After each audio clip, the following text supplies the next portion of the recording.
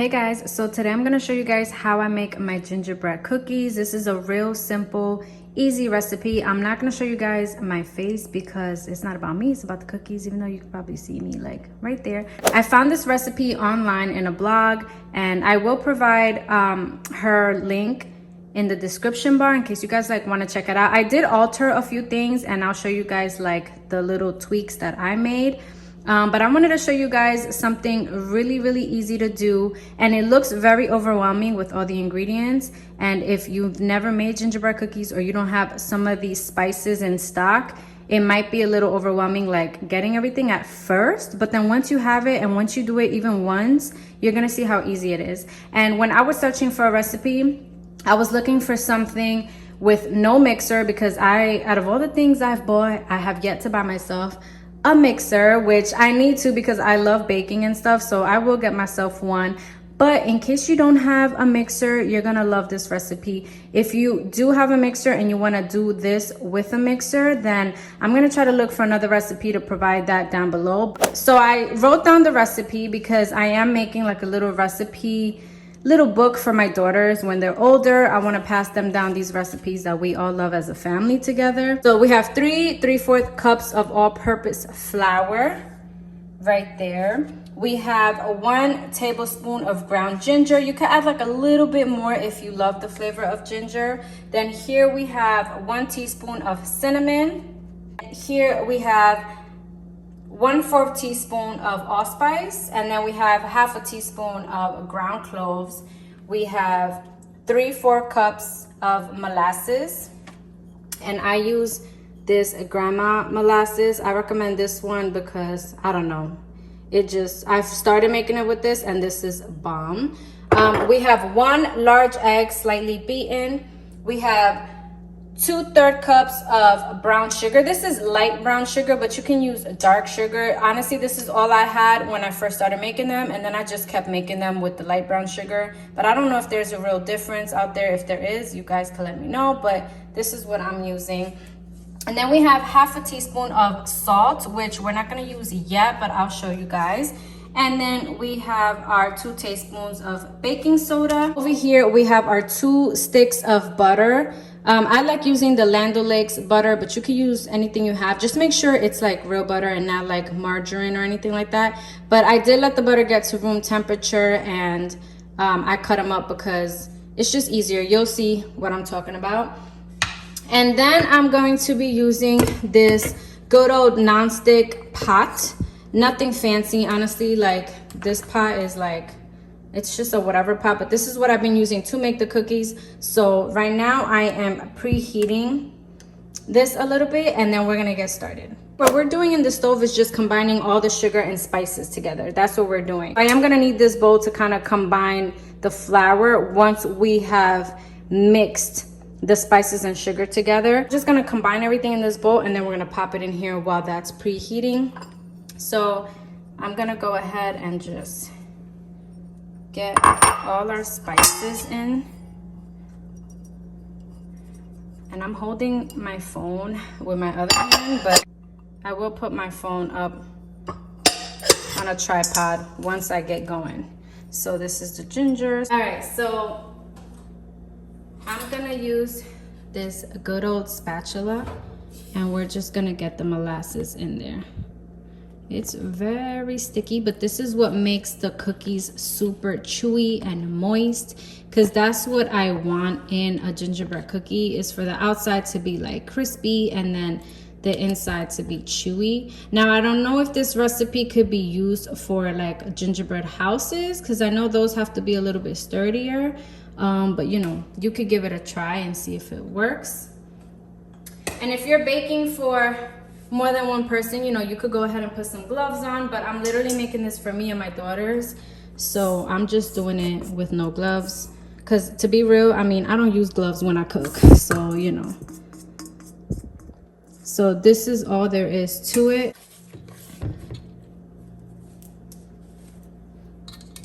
So now we're just going to stir this together, and you're gonna see the sugar melt. I kept the heat on medium because, you know, we are boiling sugar. You don't want to put it too high because you don't want this to burn. The point is just to get these spices and sugar to combine really well together. Now, I'm not no baking, professional. So, if you guys know better terms of what exactly it is I'm doing, then let me know. I'm just going off what the recipe said. So this is to show you guys that you don't have to be a pro. You just follow the recipe and then, you make tweaks along the way. Sometimes you have to try a recipe once and then say, I want to add a little bit of this or a little bit of that, So I'm just stirring this till it's very well combined. And I like to stir it constantly just because I don't want it to burn. The recipe didn't say you had to do that, but this is just, I'm showing you guys the way that I've been doing it. And I definitely think a non-stick pan is like the way to go. A non-stick pot is the way to go because you could see how easy I'm able to just stir everything. So I'm gonna give that like 2 more minutes or so, and I'm gonna keep stirring constantly. Now, the biggest thing that I want to share with you guys about this recipe is that because this sugar is hot, we are going to add the egg. And I used to watch the cooking channel a lot when I was younger. This wasn't mentioned in the recipe, but I'm going to mention it here to you guys. Obviously, if something is too hot and you add an egg, your egg will scramble. So this is why you want to remove it from the heat because, we're not trying to have no scrambled eggs. And this is probably why people prefer to use the mixer because you don't have to worry about that. But that is something that I just remembered from watching the channel, the cooking channel when I was younger. So that is something to keep in mind. I think this is about to be like ready. I can't even tell you how I know. I just know it's been about like 5 minutes. I don't know if the camera's picking it up, but I do feel like this starts to get lighter in color, and that's when I'm like, okay, we're good to go. Okay, so I just took it off the heat. I'm still gonna stir this a little bit. And now for the fun part, we're going to add our baking soda. So just give that a quick shake. And then you're gonna see how cool this is. It starts to foam up, and you just wanna constantly stir. Make sure you're stirring everything really good. This is why I recommend a spatula like this, just because it bends and it gets in the corners. So this is gonna start fluffing up. And if you're doing this with kids, they're gonna love this part. We're gonna transfer this into another bowl. All right, guys, so now we are going to transfer this onto a different bowl. Like I said, this wasn't mentioned in the recipe, but I just prefer to do it that way. So I am gonna transfer all of this into this bowl. I'm gonna go ahead and add about 3 chunks at a time. I did put it where I had the heat turned on just to help blend this butter. You guys don't have to do it like that, but I am showing you the real way of how I've been doing it. And the stove is off, but it's still hot, and that's just gonna help get that butter melted faster. So before you add the next chunks of butter, just make sure this is melted. So this is why I like to put it on top of the stove, because I do feel like this cools down rather quickly, and then you'll just be here mixing forever. If you have a gas oven, then you can do the butter part in the pot with the heat on really low. All right, guys, so this is the last chunk of butter, last chunks. And I almost forgot, we do have to add the eggs. And this is gonna be the same bowl I keep it in the fridge in, but you could transfer it after as well. So we're gonna go ahead and add our egg, 1 large egg, and then I'm just gonna blend. Just kind of working it in there. And you see the dough, this mixture wasn't too hot, so it's not scrambling on us. So that's good.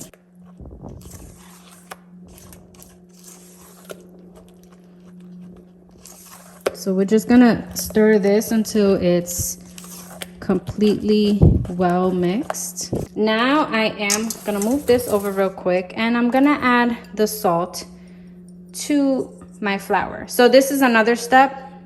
that I would have done. Just be very careful, guys, because last time I did add the salt to the mixture of spices and I messed up. I had to throw that out. So this is why sometimes it is better to have everything laid out so you don't make that mistake.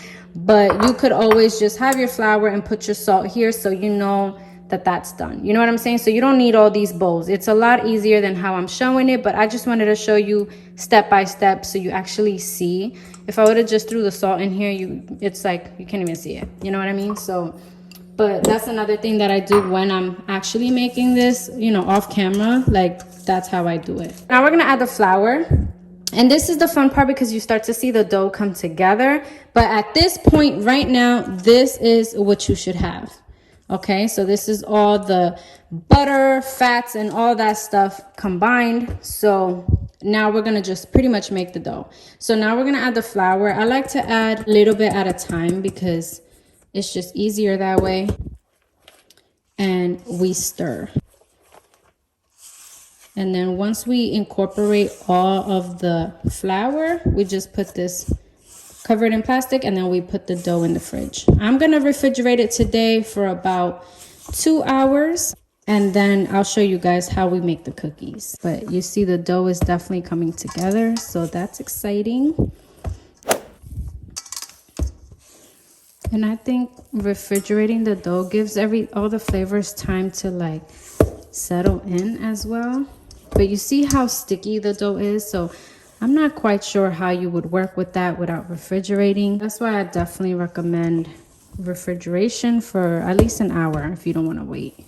Because this dough is soft, so I'm not even going to try to take it out. Once it like softens a little after refrigeration, it's a little bit easier to get it out. But I like to just put a little bit of plastic wrap down below like that. And then I'm going to put more wrap on top. When I take them out, I'm going to show you what it looks like. And then we'll move on to the fun part, which is cutting them out, putting them in the oven, and then finally eating them. So I'll be right back. All right, guys. So it's been about 2 hours. And I want to show you guys like what the dough looks like. So you see how it's like literally pretty firm. That's why I put this plastic over too, so I can show you guys. So I'm gonna let this sit out for maybe like 10 minutes and then we'll start to roll it out so that we can cut our shapes.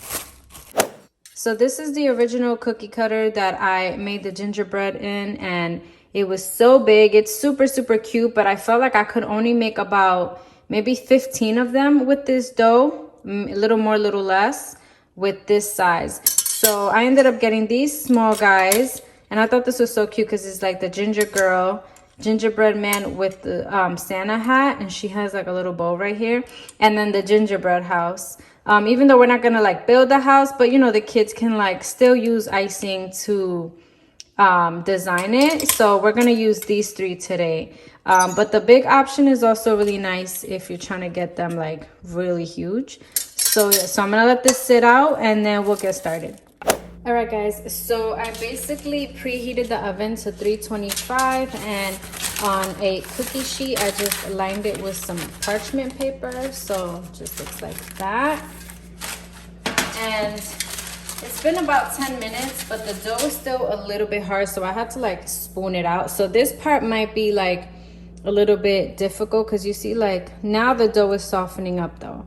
So that's the only thing, like trying to get it out the bowl it can be a little tricky. I washed my hands obviously, and I cleaned my countertop, added a little bit of flour, and now I'm just gonna work the dough together just to kind of like soften it a little bit. This is not all of it, but this is most of it. But I know we can't do all the cookies at the same time anyway. So, but once you get the dough warm, you see it's like pretty easy to work with. And I like working with a colder dough because it just holds the shape better.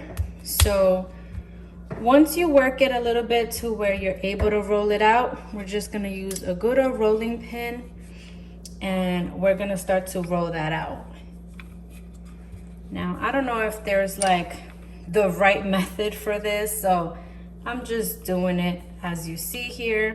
I actually like a thicker cookie, so that's just something for you to think about when you're rolling it out, but at the same time you don't want it too thick to where you don't see the shape of the gingerbread. Okay, so now we're gonna just basically press down all the way and then just gently pick it up.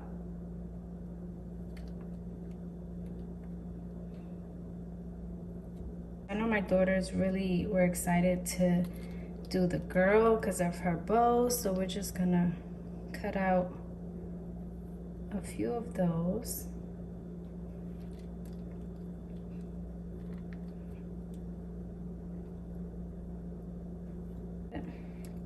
Probably gonna be able to do like 2.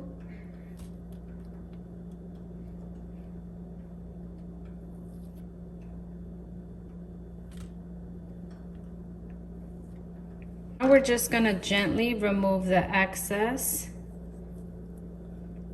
dough. So just take your time with this part, especially because like this particular gingerbread has a lot of detail, like with the hat. So you just want to be gentle. Like a regular gingerbread is a little bit easier to cut out. So the bigger cookies, I bake them for about 10 minutes. So I'm gonna try these for about 9 minutes. I literally don't do anything fancy, guys. I just pick them up and we're gonna lay them down. And because the cookie is thicker, it is a little bit easier to do that. Actually, I am gonna show you what I do. So I'm literally just gonna, oop. I didn't mean to get like all that dough on her, but you see, just pick it up gently and then you'll lay it down on your sheet. So come back over here. So these guys, because they are smaller, I'm thinking maybe about 8 to 9 minutes. It really depends on how you like your cookie. I like my cookies a little softer, so I don't want to bake them too long. But it's pretty much just doing the same thing. If you have more than one cookie sheet, you can pop them all in at the same time, but I just have this one, so I just put the timer on, take the parchment paper out and lay it down on my counter while I put the rest in. So I just keep using different parchment paper, but you can do whatever's like easy. See, I don't think I'll be able to fit the other gingerbread house on this set. I'm gonna continue rolling out and continue cutting them out until I'm all done. And then I'm gonna show you guys how I make the icing, and then we'll get started on decorating. All right, guys, so these are done. I baked them for 9 minutes to be exact, and they look super, super cute. You can see how they puffed up and they're not too big. I'm gonna show you guys how I make the royal icing, and then we're gonna decorate. So while the others are baking, these are gonna start cooling down, and then we can start decorating. All right, guys, so we are almost done. I'm gonna show you guys a really quick way to make royal icing so that we can get started on decorating our cookies. So they look like this, super cute. I got about maybe like 40 cookies, a little bit less maybe, so that was pretty awesome. That's actually quite a few of them. Here we have 1.5 cups of confectionery sugar. We're gonna use 1/8 teaspoon of vanilla extract, and then we're gonna use 1/2 tablespoon of light corn syrup, and then it also calls for 2 tablespoons of warm water. So I boiled some water in a small pot, and then I turned it off and let it just sit there, so it should be like warm by now. So we're gonna start off by adding the syrup, so let's get started on that. So it did say 1/2, so I'm just gonna put like literally 1/2. Hopefully I'm doing this the right way. I probably should have put the water first, but it's okay. And then we're gonna put the 2 tablespoons of water. And I believe we're gonna like just add a little more. We're gonna work that in. And then we're gonna add, it says the recipe calls for 1/8 of a teaspoon. But honestly, that's pretty much like half of 1/4. So let me just get this open.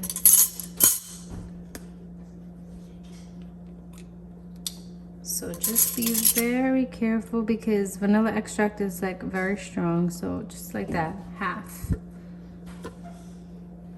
So we're just going to, it says to stir it until the corn syrup dissolves. So I guess it should look like this. It doesn't look like there's any corn syrup at the bottom. Okay, so then it says to just drop this in here and stir, and that the mixture will be thick. But if it's too thick, to add more water. I definitely think that I can't see how this is gonna be enough. I don't know. I'm thinking we're gonna need more water, so. But I can feel it coming together, so I'm gonna continue to work it, but I do think that this needs more water for sure. It's a little bit more water. Like I said, guys, this is my first time making this.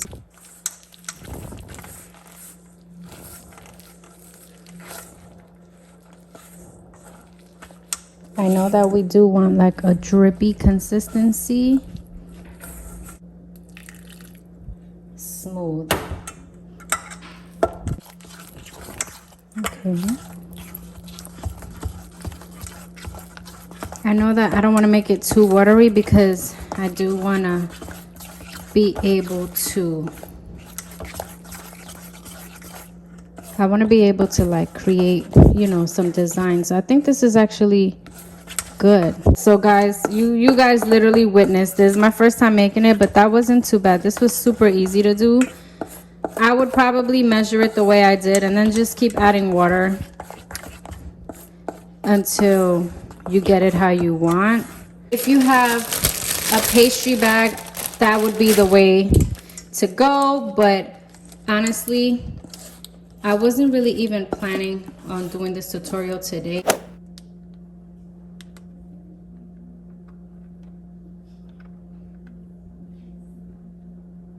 All right, guys, I'm literally not a pro. I had to cut filming to work with the icing.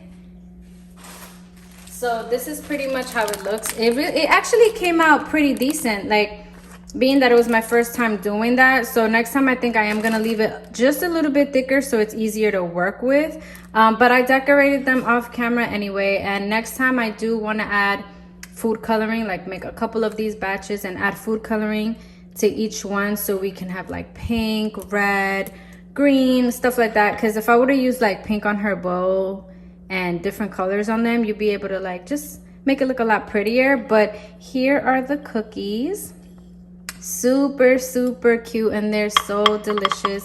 I really hope that you guys try this recipe and also try the icing. If you guys have any recommendations or anything that you've tried, please let me know, because you guys know I'm always down to try new things. But I hope that you guys enjoyed this little gingerbread tutorial. I hope you guys have an amazing holiday season, and comment down below if you tried it and what you think about it. Thank you guys so much for watching, and I'll see you guys in my next video.